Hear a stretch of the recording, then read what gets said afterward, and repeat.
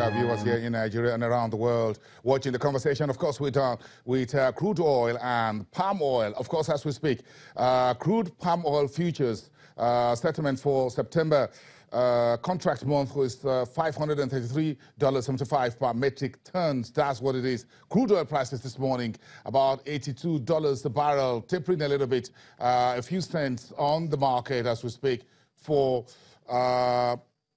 the deliveries we'll have for November 2018. So we're looking at the crude oil, then the palm oil. All this too, both are what Nigeria produces, but still we have an economy that is struggling.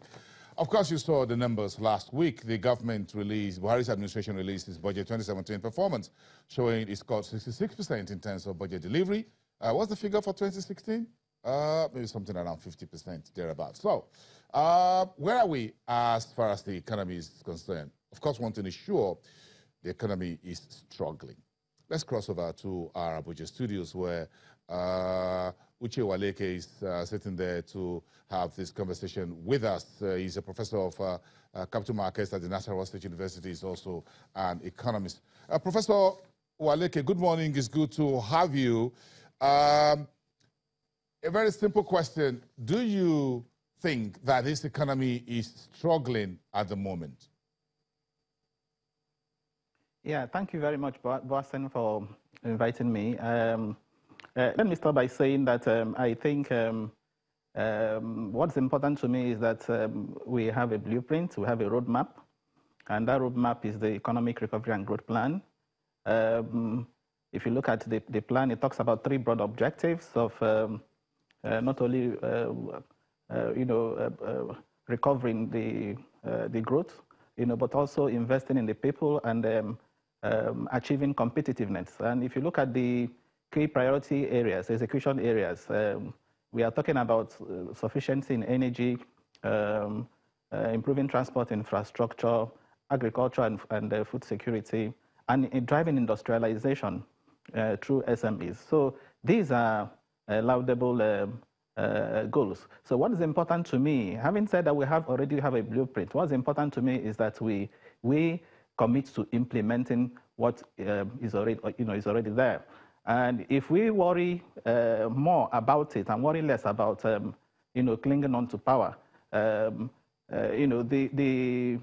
issue of political power will naturally come when we worry more about the economy and do more to move the economy in that right direction in line with the ERGP. Reacting to the question you asked earlier about whether we should hit the streets given the oil price that we have, over $80 per barrel, you realize that what is more important is not just the fact that oil price is rising. There was this Fitch report that talked about the break-even oil price for Nigeria in excess of $100 per barrel. So even with the $80 per barrel, it's not sufficient for us to balance our budget. And more importantly, as I said earlier on, oil revenue is a function of not just oil price, but also oil output. And as we have seen in recent times, using the budget implementation report that was just released, the fourth quarter and the consolidated the figures, that the problem in 2017, in the implementation of the budget, wasn't really the oil price. Oil price averaged $56 per barrel, for the period. And for the fourth quarter, the price was in excess of $60 per barrel on the average. And recall too that the 2017 budget of $7.4 trillion was, premised on $44.5 per barrel. So oil price throughout the period of 2017 was in excess of the benchmark price, and yet we had this suboptimal performance in implementation, largely on account of shortfalls in oil revenue, both oil revenue and non-oil revenue. So it's important we also look at the output end.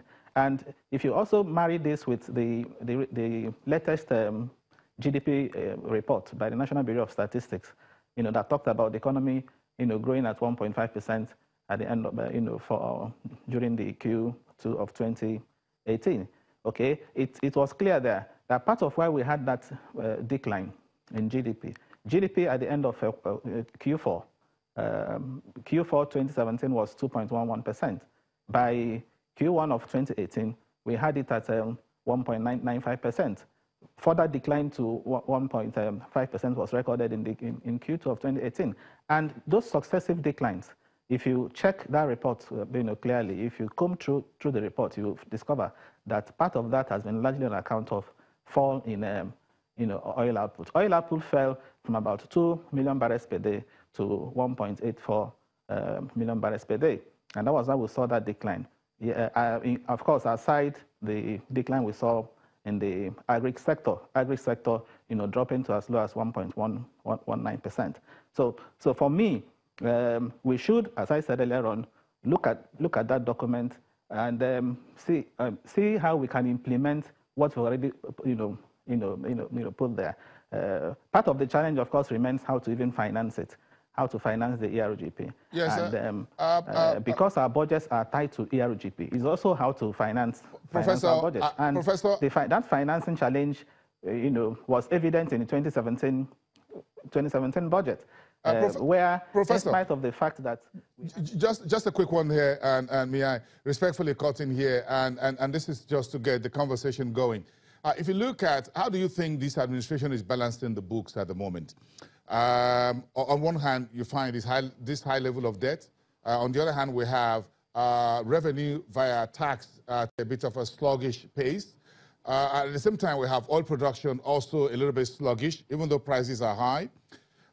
We have salaries and wages to pay. Then we have massive infrastructure spending. Then we have hundreds of billions in under-recoveries of oil for oil prices, or what you call petrol prices there by the NNPC. So does it look like the books of accounts is well balanced at the moment? Of course, it's not well balanced. If you look at that 2017 reports by the Budget Office, it's shows a lot of adverse variances, not only on the part of revenue outturns, both oil and non-oil revenue. 2017 made provisions for revenue by way of privatization proceeds and sale of some government assets, but that much didn't materialize in 2017. Other non-oil revenue sources, particularly government independent revenue, surpluses from MDAs that were meant to be remitted to the coffers of the government, didn't come as expected. So whether for custom duties, the collections by the Federal Inland Revenue Service, companies' income tax, value-added tax, all of that had adverse variances.